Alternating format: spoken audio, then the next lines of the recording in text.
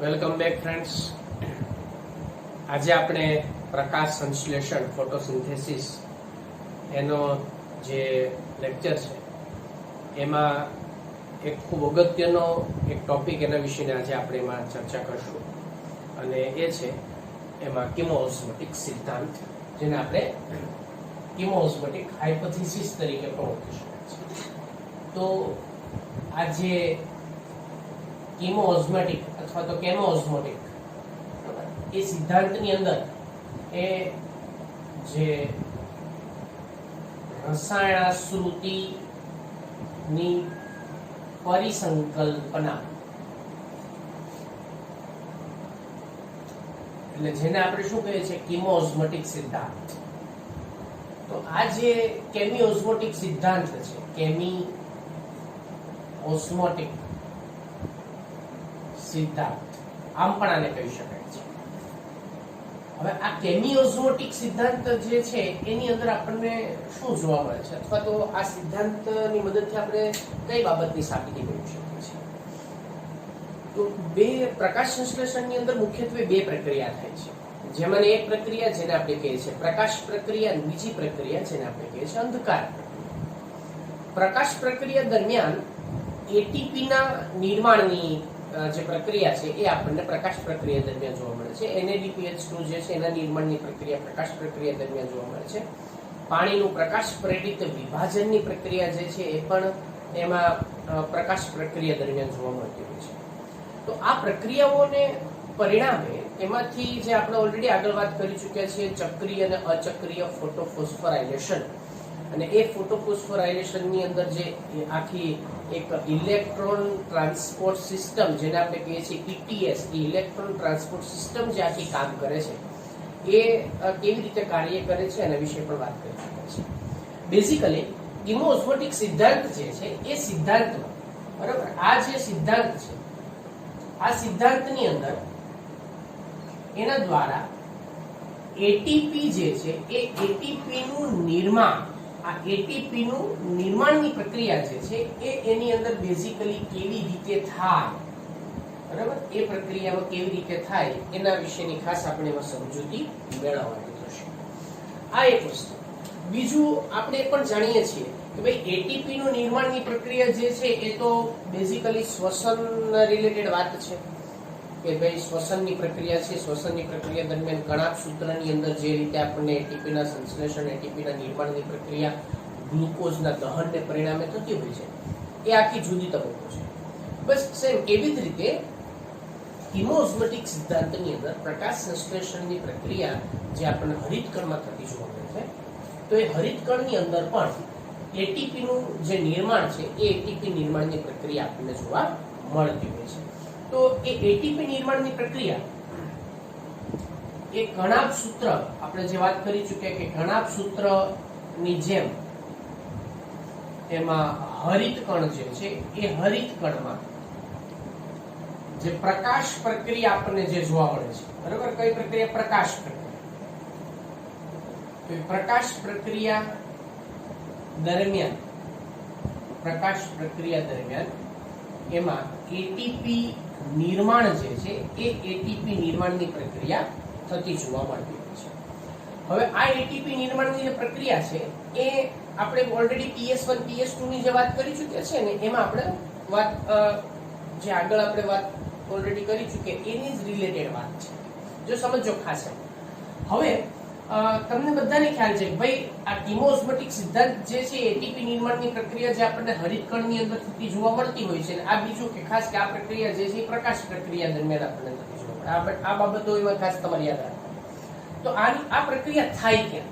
તો તમે એ પણ જાણો છો કે આ પ્રક્રિયા, કેમ કે પ્રકાશ પ્રક્રિયા જે છે એ ક્યાં થાય છે? તો કે થાઇલેકોઇડમાં થાય છે, બરાબર. એટલે આ પ્રક્રિયા એ થાઇલેકોઇડ જે છે એ થાઇલેકોઇડમાં થાય છે. અને આપણે એ પણ જાણીએ છીએ કે જેમાં PS1 અને PS2, બરાબર, જેમ PS1 અને PS2 આ બંને પણ એની અંદર આપણને ભાગ લેતા હોય છે. તો હવે આખી પ્રક્રિયા એમાં કઈ રીતે થતી જોવા મળતી હોય છે, બરાબર. કેમોઓસ્મોટિક આપણે શા માટે નામ આપવામાં આવે છે અને એટીપી ના નિર્માણની પ્રક્રિયા PS1 PS2 માં કેવી રીતે થાય, ચક્રીય અચક્રીય જે ફોટોફોસ્ફોરાઇલેશનની પ્રક્રિયા છે એમાં આપણે ટૂંકમાં એવી વાત કરી ચૂક્યા છે. તમને યાદ હશે અથવા તો યાદ કરજો એમાં કે જ્યારે આપણે ઝેડ સ્કીમની વાત કરી હતી ને, ઝેડ સ્કીમની જ્યારે આપણે એમાં ચર્ચા કરી હતી, એ ઝેડ સ્કીમની અંદર શું હતું કે ભાઈ નોન સાયક્લિક ફોટોફોસ્ફોરાઇલેશન, એટલે જેને આપણે કહીએ છીએ અચક્રીય એમાં જે આખી ફોટોફોસ્ફોરાઇલેશનની પ્રક્રિયા જોવા મળે. તો અચક્રીય ફોટોફોસ્ફોરાઇલેશનમાં શું હતું તો કે બે પ્રક્રિયા કેન્દ્ર, તમને ખ્યાલ હશે કે એક હતું PS2 પ્રક્રિયા કેન્દ્ર અને બીજું પ્રક્રિયા કેન્દ્રમાં એની અંદર હતું PS1, બરાબર. તો અહીંયાથી ઇલેક્ટ્રોન ઉત્સર્જિત થાય, એમાં ફોટોન જે છે એ એના ઉપર આપણને આપાત થતા જોવા મળે અને ફોટોન આપાત થાય એટલે એમાંથી ઇલેક્ટ્રોન જે છે ઇલેક્ટ્રોન ઉત્સર્જિત થાય છે. આ ઇલેક્ટ્રોન કોઈ અજ્ઞાત ઇલેક્ટ્રોન વાહક જે છે અથવા તો ગ્રાહક જે છે એના દ્વારા એક્સેપ્ટ થાય છે. પછી ત્યાંથી એ ક્યાં આવે છે, ત્યાંથી એ આપણે બધા જાણીએ કે ભાઈ ત્યાંથી એ પસાર થાય છે ક્યાંથી, તો કે પ્લાસ્ટોક્વિનોનમાં પસાર થાય છે એમાંથી. પછી એમાંથી આવે છે સાયટોક્રોમ તંત્રમાંથી પસાર થાય, પછી એમાંથી પ્લાસ્ટોસાયનિનમાંથી પસાર થાય, પાછું ક્યાં આવે છે ઇલેક્ટ્રોન, તો એ ઇલેક્ટ્રોન જે છે એ આવે છે એની અંદર PS1 માં આવે છે. હવે આ ઇલેક્ટ્રોન જે PS1 માં આવ્યો છે એ ઇલેક્ટ્રોન અને ફોટોન જે છે એ ફોટોનને એ રિએક્શન સેન્ટર એક્ટિવેટ થાય એટલે ફરીવાર પાછો એ ઇલેક્ટ્રોન જે કોઈ પણ ગ્રાહક છે એમાંથી આ ઇલેક્ટ્રોન, બરાબર, જે એમાં શું કરે છે તો કે NADP જે છે NADP+ એની અંદરથી H+ જોડી અને એમાં NADPH2 એમાં એનું રિડક્શન કરે છે, બરાબર. આ બધું આપણે જાણીએ છીએ. સૌથી અગત્યની વસ્તુ છે આપણી પાસે આ બે વસ્તુ. ભાઈ અહીંયા ધારો કે PQ છે, પ્લાસ્ટોક્વિનોન છે, અહીંયા શું છે આ તો કે સાયટોક્રોમ તંત્ર છે, જેને આપણે સાયટોક્રોમ F, સાયટોક્રોમ C તરીકે ઓળખી શકાય. સાયટોક્રોમ C1, સાયટોક્રોમ F એ સાયટોક્રોમ તંત્ર છે. આ શું છે એની અંદર તો કે પ્લાસ્ટોસાયનિન છે. હવે એક વાત તમને યાદ હશે કે જ્યારે આ ચક્ર આપણે જોયું હતું ને ત્યારે અહીંયા મેં તમને એવું કીધું હતું કે ભાઈ આ પ્રક્રિયા જ્યારે થાય ત્યારે આની અંદરથી ADP plus PI એની સાથે જોડાઈને એમાંથી ATP નું નિર્માણ થાય છે. ક્યાં? સાયટોક્રોમ તંત્રની. આવું છે આખું તો કે ઇલેક્ટ્રોન પરિવહન, આ ઇલેક્ટ્રોન પરિવહન તંત્ર છે જેને આપણે ETS તરીકે ઓળખી શકીએ છીએ. બસ આપણે એ જ સમજવાનું છે કે આ સાયટોક્રોમની મદદ વડે PS2 અને PS1 જે છે એમાંથી ઇલેક્ટ્રોન જ્યારે એકમાંથી બીજામાં એ પસાર થાય ત્યારે ATP ફોર્મેશન કઈ રીતે થાય છે. અહીંયા તો આપણે આને બહુ ટૂંકમાં દર્શાવી દીધું છે, પણ વાસ્તવિક રીતે આ પ્રક્રિયા કેવી રીતે થાય છે એને સમજવા માટે આપણે કેમોઓસ્મોટિક સિદ્ધાંત સમજવો પડે કે આ ATP ક્યાંથી આવ્યા, એ કેવી રીતે ઉત્પન્ન થાય છે. આને સમજવા માટે આપણે કેમોઓસ્મોટિક સિદ્ધાંત સમજવો. તો હવે કેમોઓસ્મોટિક સિદ્ધાંત મેં તમને કીધું એમ પહેલા ક્યાં થાય છે તો કે થાઇલેકોઇડમાં થાય છે. તો સૌથી પહેલા આ આપણે એક થાઇલેકોઇડ જે છે થાઇલેકોઇડ વિશેની આપણે પરિસંકલ્પના જોઈએ. આ એક થાઇલેકોઇડ પટલ છે જેમાં આપણને બે એમાં એના આવરણ આવેલા હોય છે, બરાબર, જેને આપણે ઇનર અને આઉટર મેમ્બ્રેન તરીકે ઓળખી શકાય, એટલે કે એક બાહ્ય અને અંતઃ પટલ, બરાબર. આ બે આ થાઇલેકોઇડ છે, આ થાઇલેકોઇડ છે. હવે થાઇલેકોઇડની અંદર આપણને બે આવરણની રચના જોવા મળે છે. થાઇલેકોઇડ સિક્કા જેવી જે આખી થપ્પી જેવી સિક્કાની થપ્પી જેવી જે રચના છે, બરાબર, ગ્રેનમની, એની અંદરનો આ એક ભાગ જેને આપણે થાઇલેકોઇડ તરીકે ઓળખીશું. હવે આ થાઇલેકોઇડ ક્યાં હોય છે ભાઈ આપણે બધા જાણીએ તો કે સ્ટ્રોમાની અંદર હોય. સ્ટ્રોમા એટલે આધારકમાં હોય, બરાબર. તો આ થાઇલેકોઇડની આસપાસ શું થયું, બધી જગ્યાએ શું હોય એમાં, તો થાઇલેકોઇડની ફરતે આપણને આધારક જોવા મળતું હોય ને, આધારક. તો એ આધારકની રચના છે. આને યાદ કરાવું તમને હું તો તમને આ ખ્યાલ હશે કે આવી એક સિક્કાની થપ્પી જેવી રચના હોય, બરાબર. આવી એક સિક્કાની થપ્પી જેવી રચના હોય અને આ બધામાં એમાં આધારક હોય. સ્ટ્રોમા અને ગ્રાના બે શબ્દો તમને યાદ હશે. બસ હું આ એક જ થાઇલેકોઇડની અહીંયા ચર્ચા કરું છું. તો આ થાઇલેકોઇડમાં બે પટલ આવેલા છે. અહીંયા આ બધામાં આધારક છે, બરાબર. આ આધારક છે જેને આપણે સ્ટ્રોમા તરીકે ઓળખવામાં આવે છે. તો આ છે સ્ટ્રોમા, એટલે આપણે એને આધારક તરીકે ઓળખીશું. આ છે થાઇલેકોઇડ અને આ છે એનો અવકાશ અથવા તો એનું પોલાણ. આ થાઇલેકોઇડ અવકાશ કહેવાય અથવા તો એનું પોલાણ તરીકે પણ ઓળખવામાં આવે છે, બરાબર, જેને આપણે થાઇલેકોઇડ એમાં કેવિટી તરીકે ઓળખી શકાય. તો એ ભાગ જે છે એ આપણને અહીંયા જોવા મળે છે, આ પોલાણ છે. હવે બે એના ઉપરના સ્તર છે. એક જે છે એ એનું અંતઃ આવરણ છે, અથવા તેનો અંતઃસ્તર તરીકે ઇનર મેમ્બ્રેન તરીકે ઓળખી શકાય, અંતઃ આવરણ છે. અને આ જે છે એની અંદરનું એનું બાહ્ય આવરણ છે, બરાબર છે, બાહ્ય આવરણ, એટલે એને આપણે આઉટર મેમ્બ્રેન તરીકે ઓળખી શકીએ. તો બે આવરણ છે, આ પોલાર છે. હવે અહીંયા જે આપણે વાત કરવાની છે કે ભાઈ PS2 અને PS1 એની અંદર ભાગ લેતા હોય છે. તો એ પહેલા હું તમને એક વાત એમાં જણાવી દઉં છું, જે ખાસ અગત્યની બાબત એક યાદ રાખવાની છે. જ્યારે આ થાઇલેકોઇડ પટલના અંતઃસ્થ આવરણની અંદર અહીંયા તમે એવું એક કોમ્પ્લેક્સ છે કે જે કોમ્પ્લેક્સ અથવા તો એવું એક સંકુલ છે કે જે પાણીનું પ્રકાશ પ્રેરિત વિભાજન પ્રેરે છે, એવું એક સંકુલ છે એ, બરાબર. ત્યાં ઇનર મેમ્બ્રેન ઉપર ખાસ યાદ રાખજો, અંતઃ આવરણ જે છે ત્યાં આપણને એક કોમ્પ્લેક્સની રચના જોવા મળે છે. ઈ કોમ્પ્લેક્સ શું કરે છે તો કે પાણી જે છે પાણીનું વિઘટન, પાણીનું પ્રકાશ પ્રેરિત વિઘટન માટે એક જવાબદાર કોમ્પ્લેક્સ છે, એવું એક સંકુલ છે. એવું આપણે ક્યાં સંકુલ આવેલું છે કે ઇનર મેમ્બ્રેન ઉપર એક સંકુલ આવેલું છે. હવે બીજું, જે આનું જે આઉટર મેમ્બ્રેન છે એટલે કે એનું બાહ્ય સ્તર, બાહ્ય જે આવરણ છે એના ઉપર એક ઉત્સેચક અહીંયા આવેલું છે, જે છે NADP રિડક્ટેઝ ઉત્સેચક, જે એના બાહ્ય આવરણ ઉપર આવેલું છે. અને આ છે NADP રિડક્ટેઝ, બરાબર. આ ઉત્સેચક છે, એ ઉત્સેચક બહાર આવેલું છે. એટલે બહારની સપાટી ઉપર એમાં બહાર એટલે ક્યાં બેઝિકલી વાત થઈ તો કે આધારકના જે ભાગ છે આધાર, અને અંદરનું આવરણ છે ત્યાં શું આવેલું છે, અંતઃ આવરણ છે ત્યાં પાણીનું પ્રકાશ પ્રેરિત વિભાજન કરતું એક કોમ્પ્લેક્સની રચના આવેલી છે. હવે એમાં આપણે અહીંયા બે વાત કરશું કે ભાઈ આની અંદર ભાગ શું લેતા હોય છે તો કે PS1 અને PS2, બરાબર. આ એમાંના બે જે PS1 અને PS2 આ ફોટોપિગમેન્ટ સિસ્ટમ એની અંદર ભાગ લેતા હોય છે. તો આ જ બાબત છે અહીંયા PS2, બરાબર. આ છે એની અંદરનું PS2 અને આ શું થશે હવે તો કે PS1. આ બે ફોટોપિગમેન્ટ સિસ્ટમ એની અંદર આપણને ભાગ લેતો જોવા મળે છે. બીજું, એના જે પટલ છે એ પટલની અંદર એક એમ્બેડેડ પ્રોટીનની રચના આવેલી જોવા મળે છે, બરાબર. એક એમ્બેડેડ પ્રોટીન છે જે વાસ્તવિક રીતે એક સાયટોક્રોમ તંત્ર તરીકે ભાગ લેતું હોય છે. અને આ છે સાયટોક્રોમ તંત્ર, એ એક પ્રોટીન છે અને પ્રોટીન જે છે આ પંપ તરીકે કાર્ય કરતું એક પ્રોટીન એના પટલમાં આપણને આવેલું જોવા મળતું હોય છે. જેમ અહીંયા વાત કરીએ આપણે સાયટોક્રોમ તંત્ર, તો એ એની અંદરનું સાયટોક્રોમ તંત્ર છે, બરાબર. આ જે છે અહીંયા આ ભાગ એને આપણે cytochrome B and cytochrome F એ તરીકે ઓળખી શકાય છે. અને એટલું જ નહીં, એને બીજું એ બે કામ કરે છે, એટલે આપણે એને અલગ અલગ નામકરણ જે છે પછીથી આપણે એમાં દર્શાવીએ છીએ કેવી રીતે નામકરણ કરી શકાય છે. તો આટલો ભાગ થઈ ગયો, આપણને એક વસ્તુ ખ્યાલ આવી ગયો કે કઈ પ્રકારની રચના ક્યાં આવેલી છે. ઓકે, હવે બીજું આપણે જે વાત કરીએ અહીંયા કે ભાઈ સૌથી પહેલા શું થાય છે કે પાણીનું પ્રકાશ પ્રેરિત વિઘટનની પ્રક્રિયા થાય છે. પાણીનું પ્રકાશ પ્રેરિત વિઘટનની પ્રક્રિયા થાય એટલે ધારો કે અહીંયા પાણીનું પ્રકાશ પ્રેરિત વિઘટન એટલે H2O.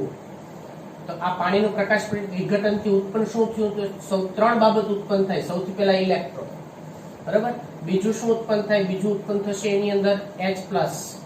અને ત્રીજું શું ઉત્પન્ન થાય એમાંથી, ત્રીજું ઉત્પન્ન થશે એની અંદરથી 1/2O2, બરાબર. એટલે આ ઓક્સિજન નો ઉત્પન્ન થાય છે. ઓક્સિજન જે છે એ તો પટલ મારફતે બાય પ્રોડક્ટ છે, બાય પ્રોડક્ટ છે એટલે તો સીધી એમાંથી બહાર નીકળી જવાનું છે અને એમાં એ રીતે એમાંથી ઓક્સિજન જે છે દૂર થાય છે.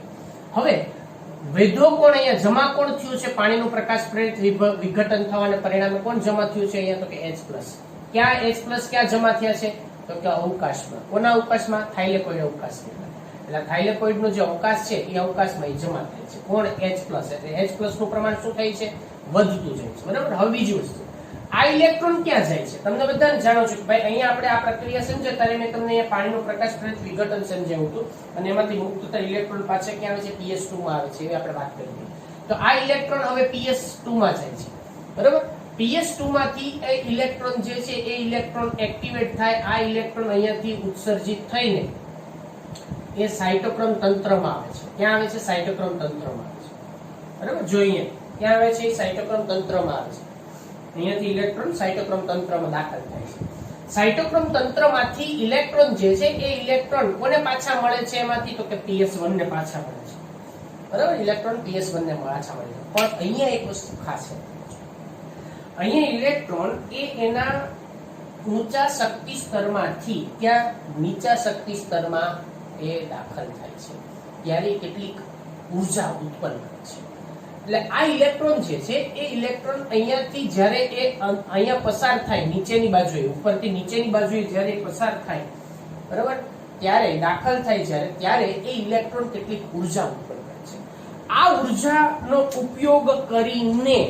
ઉર્જાનો ઉપયોગ કરીને સાયટોક્રોમ તંત્ર જે છે, સાયટોક્રોમ તંત્ર આધારક એટલે કે સ્ટ્રોમામાં રહેલા હાઇડ્રોજન આયન જે છે, સ્ટ્રોમામાં એ હાઇડ્રોજન આયનની પેર એટલે કે 2H+ એ હાઇડ્રોજન આયનની પેર એ ક્યાં દાખલ કરે છે? તો પાછા એ આધારકમાં અવકાશ પોલાણમાં દાખલ કરે છે. ક્યારે પોલાણમાં દાખલ કરીને અર્થ શું થયો કે સાયટોક્રોમ તંત્ર જે છે એ બે પ્રકારનું કામ કરે છે. એક તો ઇલેક્ટ્રોન કેરિયર એટલે કે ઇલેક્ટ્રોનનો પણ વાહક કરે છે, બીજું એ શું કામ કરે છે? તો બીજું કામ કરે છે એ પ્રોટોન પંપ તરીકે, બરાબર, બીજું કામ કરે છે. H+ એટલે પ્રોટોન, એટલે એ પ્રોટોન પંપ તરીકે પણ કામ કરે છે અને ઇલેક્ટ્રોનનો વહન તરીકે પણ કામ કરે છે. એટલે એને પ્રોટોન પંપ કે ઇલેક્ટ્રોન વાહક તરીકે ઓળખી શકાય. યાદ રાખજો, H+ ક્યારે દાખલ થયા છે? જ્યારે ઇલેક્ટ્રોન એ PS2 માંથી ઇલેક્ટ્રોન PS1 માં દાખલ થાય ત્યારે ઇલેક્ટ્રોન જે છે એના ઊંચા શક્તિ સ્તરમાંથી ઇલેક્ટ્રોન એના નીચા શક્તિ સ્તરમાં આવે ત્યારે એ કેટલીક ઉર્જા એમાંથી ઉર્જા એ મુક્ત કરે છે. આ ઉર્જાની મદદ વડે આ સાયટોક્રોમ જે છે, સાયટોક્રોમ એ H+ ને સ્વીકારે છે અને એ H+ ને અહીંયા ક્યાં દાખલ કરે છે? તો કે H+ ને અવકાશ કે પોલાણમાં થાઇલેકોઇડ અવકાશમાં દાખલ કરે છે. જેના પરિણામે થાઇલેકોઇડ પટલમાં ઓલરેડી એક તો પાણીનો વિઘટનથી H+ ઉત્પન્ન થતા હતા, બીજું ઇલેક્ટ્રોન ગ્રેડિયન્ટ જે છે એના પરિણામે H+ જે છે પ્રોટોન પંપ પર દાખલ થયા છે. એટલે આફ્ટર ઓલ આ પોલાણની અંદર ધીમે ધીમે તમે જોશો તો H+ નું પ્રમાણ વધે છે. એટલે H+ નું જે કોન્સન્ટ્રેશન છે એની અંદર શું થાય છે? વધારો થાય છે. એટલે આની અંદર H+ જે છે એનું પ્રમાણ વધે છે. એટલે આનું પ્રમાણ અહીંયા વધે છે. હવે એનું પ્રમાણ જે છે એ અહીંયા આપણને વધતું જતું જોવા મળતું છે, બરાબર. હવે શું થાય છે?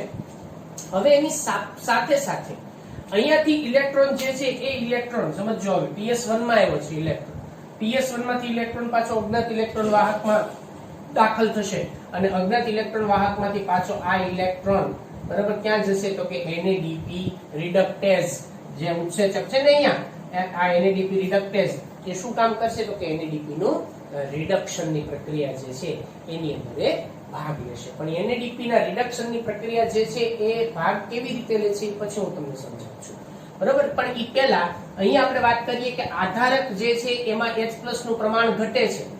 અહીંયા H+ જે છે H+ નું પ્રમાણ ઘટે. શા માટે ઘટે? કેમ કે ઓલરેડી આધારકમાંથી પણ અંદર જાય છે.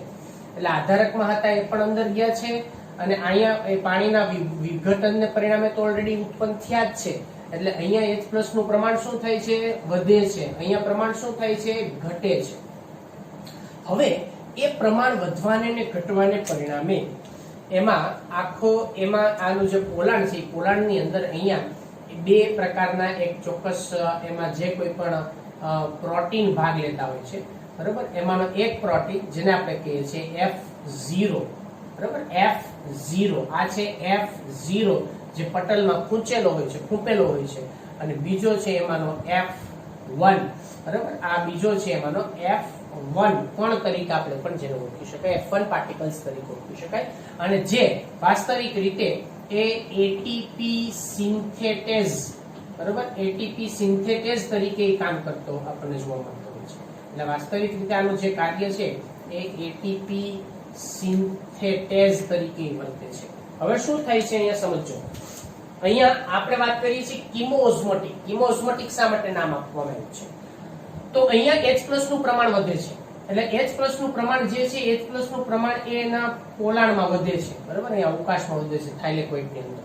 હવે એનું પ્રમાણ વધવાને પરિણામે અહીંયા એનું પ્રમાણ જે છે એ પ્રમાણ વધ્યું છે. પ્રમાણ વધવાને પરિણામે શું થાય છે? તો કે અહીંયા એમાં એનો જે H+ નું પ્રમાણ વધવાથી આખો એક ઢાળાંશનું નિર્માણ થાય છે.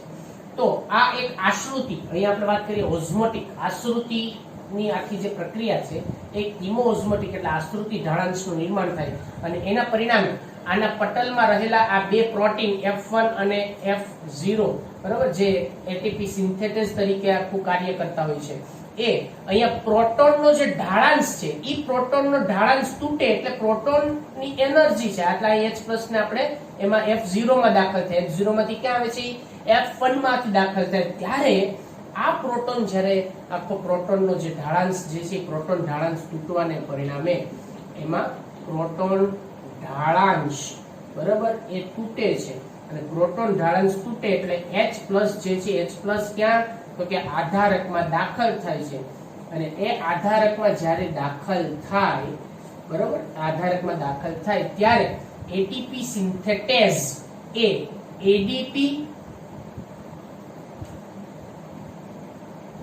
ADP પ્લસ PI ફોસ્ફેટ એની મદદ વડે એ આ ઉર્જાનો ઉપયોગ કરી બરાબર અને એમાંથી શેનું નિર્માણ થાય છે તો કે ATP જે છે એ ATP ના નિર્માણની પ્રક્રિયા જોવા છે એટલે આ રીતે ત્યારે એમાં ADP પ્લસ એમાં ઇનઓર્ગેનિક ફોસ્ફેટ એ આ ઉર્જાનો ઉપયોગ કરી પ્રોટોનની જે ઉર્જા જ્યારે પ્રોટોન ઢાળાંશ તૂટે ત્યારે એમાંથી એક ઉર્જા કેમ કે આ પ્રોટોન છે તો પ્રોટોન એ પણ એક પ્રકારની ઉર્જાનો સ્ત્રોત છે અથવા તો ઉર્જા ધરાવતો હોય એટલે એ ઉર્જાનો ઉપયોગ કરી અને એ ADP અને PI એ ATP માં પરિવર્તિત થાય છે અથવા તો ATP નું નિર્માણ થાય છે એટલે આવી રીતે પ્રોટોન ઢાળાંશ તૂટવાને પરિણામે અહીંયા જે છે એ એની જે કોઈ પણ સાંદ્રતા છે એ pH માં પણ ફેરફાર થતો આપણને જોવા મળશે કે pH જે છે pH ની જે કોઈ પણ એમાં હાઇડ્રોજન આયનના ઘટાડાને પરિણામે pH માં જે વધારો થતો જોવા મળતો હોય છે એટલે એના પરિણામે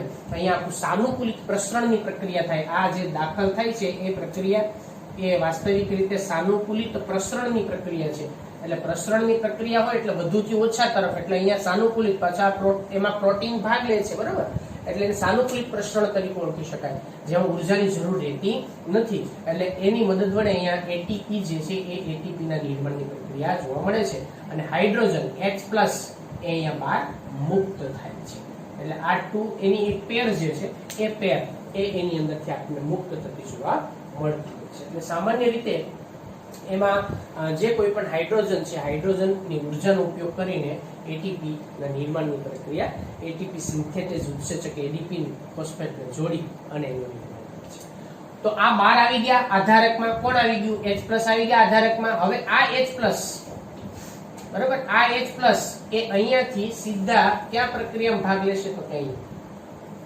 કોના રિડક્શનમાં NADP ના રિડક્શન તો હવે શું થશે એમાંથી તમે જોવો 2H+ અહીંયા આવી ગયા તો હવે શું થશે આની સાથે એનું જોડાણ થાય તો એના પરિણામે શું બનશે એમાંથી NADPH2 થઈ ગયું ઈ ક્યાં થાય છે બહારના ભાગે થાય આ છે NADP રિડક્ટેઝ ઉત્સેચક જે બહારના ભાગે થાય બહાર એટલે ક્યાં તો કે આધારકમાં તો આ આખી પ્રક્રિયા છે એ પ્રક્રિયાને પરિણામે ઉત્પન્ન શું થયું છે તો આપણે એક શક્તિનો સ્ત્રોત તરીકે જોવા મળે છે NADPH2 અહીંયા શું ઉત્પન્ન થયું છે ATP બરાબર તો આ બંને ઉત્પન્ન ક્યાં થયા છે આધારકમાં અને આ આધારકમાં ઉત્પન્ન થાય અને એટલા માટે હવે એના પછી પ્રકાશ પ્રક્રિયા પછી જ્યારે અંધકાર પ્રક્રિયા જોવા મળશે ને ત્યારે અંધકાર પ્રક્રિયા આધારકમાં થાય અને એ ATP અને NADPH2 નો ઉપયોગ કરશે એટલે આવી રીતે ATP ના નિર્માણ હવે જો અહીંયા મેં તમને શું કીધું હતું કે આ ATP કેમ બને છે ને એ આપણે અહીંયા સમજવાનું છે એટલે અહીંયા તો આપણે સીધું દર્શાવી દીધું છે કે ભાઈ અહીંયા સાયટોક્રોમ જે છે સાયટોક્રોમ તંત્રમાંથી ADP